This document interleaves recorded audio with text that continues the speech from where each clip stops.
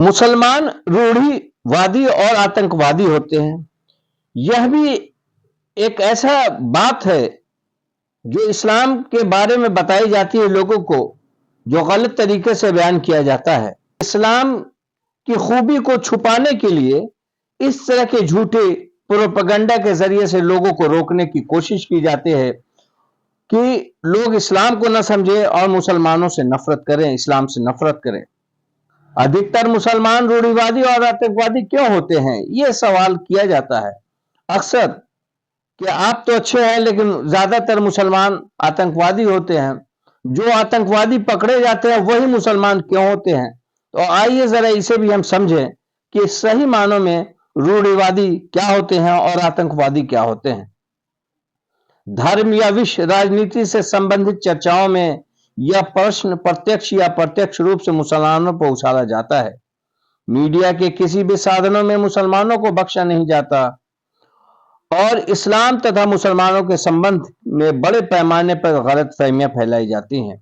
उन्हें कट्टरवादी के रूप में दर्शाया जाता है। वास्तव में ऐसी गलत जानकारियां और झूठे प्रचार अक्सर मुसलमानों के विरुद्ध हिंसा और पक्षपात का कारण बनते हैं। इसका सबसे स्पष्ट उदाहरण अमेरिकी मीडिया द्वारा मुसलमानों के विरुद्ध चलाए जाने वाले मुहिम है, जो ओक्लाहोमा बम धमाके के बाद चलाई गई। प्रेस ने तुरंत यह ऐलान कर दिया कि इस धमाके के पीछे मध्य पूर्वी षड्यंत्र काम कर रहा है। बाद में अमेरिकी सेना का एक जवान इस कांड में दोषी पाया गया। अब हम मुसलमानों के रूढ़िवादी और आतंकवादी होने के आरोपों का जायजा लेते हैं। रूढ़िवादी की परिभाषा क्या होती है? रूढ़िवादी उस व्यक्ति को कहते हैं जो किसी आशा अथवा सिद्धांत को स्वीकार करते हुए उसकी मौलिक शिक्षाओं का पालन कर रहा हो। एक व्यक्ति जो अच्छा डॉक्टर बनना चाहता है, उसके लिए जरूरी है कि वह चिकित्सा संबंधी मौलिक नियमों को जाने, उनका अनुसरण करे और उनका अभ्यास करे। दूसरे शब्दों में, उसे चिकित्सा के क्षेत्र में रूढ़िवादी होना चाहिए। किसी व्यक्ति को अच्छा गणित शास्त्री बनने के लिए गणित के मूल नियमों का जानना, उनका अनुसरण करना और उनका अभ्यास करना जरूरी है। उसे गणित के क्षेत्र में रूढ़िवादी होना चाहिए। इसी प्रकार अगर किसी व्यक्ति को अच्छा वैज्ञानिक बनना है तो उसके लिए जरूरी है कि वह विज्ञान के मौलिक सिद्धांतों को जाने, उनका पालन करे और उनके अनुसार अभ्यास करे, अर्थात उसे विज्ञान के क्षेत्र में रूढ़िवादी होना चाहिए।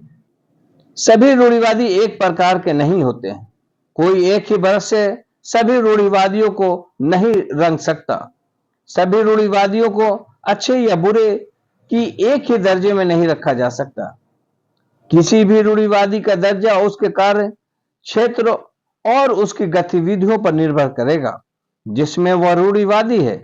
एक रूढ़िवादी डाकू अथवा चोर समाज के लिए हानिकारक है, अतः वह नापसंदीदा है। दूसरी तरफ एक रूढ़िवादी डॉक्टर समाज को लाभ पहुंचाता है, अतः वह पसंदीदा और बहुत आदर पाता है। मुसलमान का रूढ़िवादी होना गर्व की बात है। मैं एक रूढ़िवादी मुसलमान हूं और अल्लाह की मेहरबानी से इस्लाम के मौलिक सिद्धांतों और नियमों से परिचित हूं और उसके पालन का प्रयास करता हूं। एक सच्चा मुसलमान रूढ़िवादी होने से नहीं घबराता। मुझे एक रूढ़िवादी मुसलमान होने पर गर्व है क्योंकि मैं जानता हूं कि इस्लाम के मौलिक सिद्धांत और नियम सारी मानव जाति और सारे संसार के लिए लाभदायक हैं। इस्लाम का कोई एक मौलिक सिद्धांत भी ऐसा नहीं जो मानव जाति के लिए हानिकारक हो।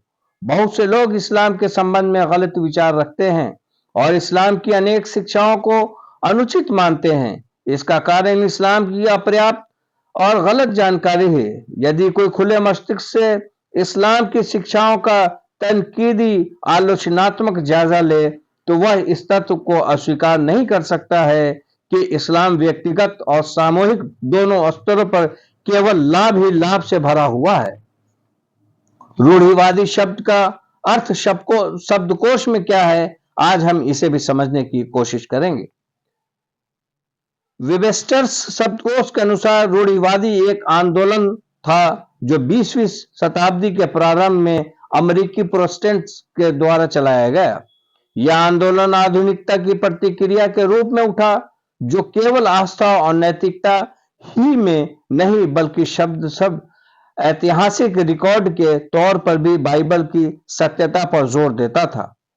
वह इस बात पर विश्वास करने पर जोर देता था कि बाइबल ईश्वर के शब्द हैं। इस प्रकार रूढ़िवादी शब्द ईसाइयों के उस समूह के लिए प्रयोग किया जाता था जिनका विश्वास था कि बाइबल बगैर किसी संदेह एवं दोष के ईश्वर के शब्द हैं।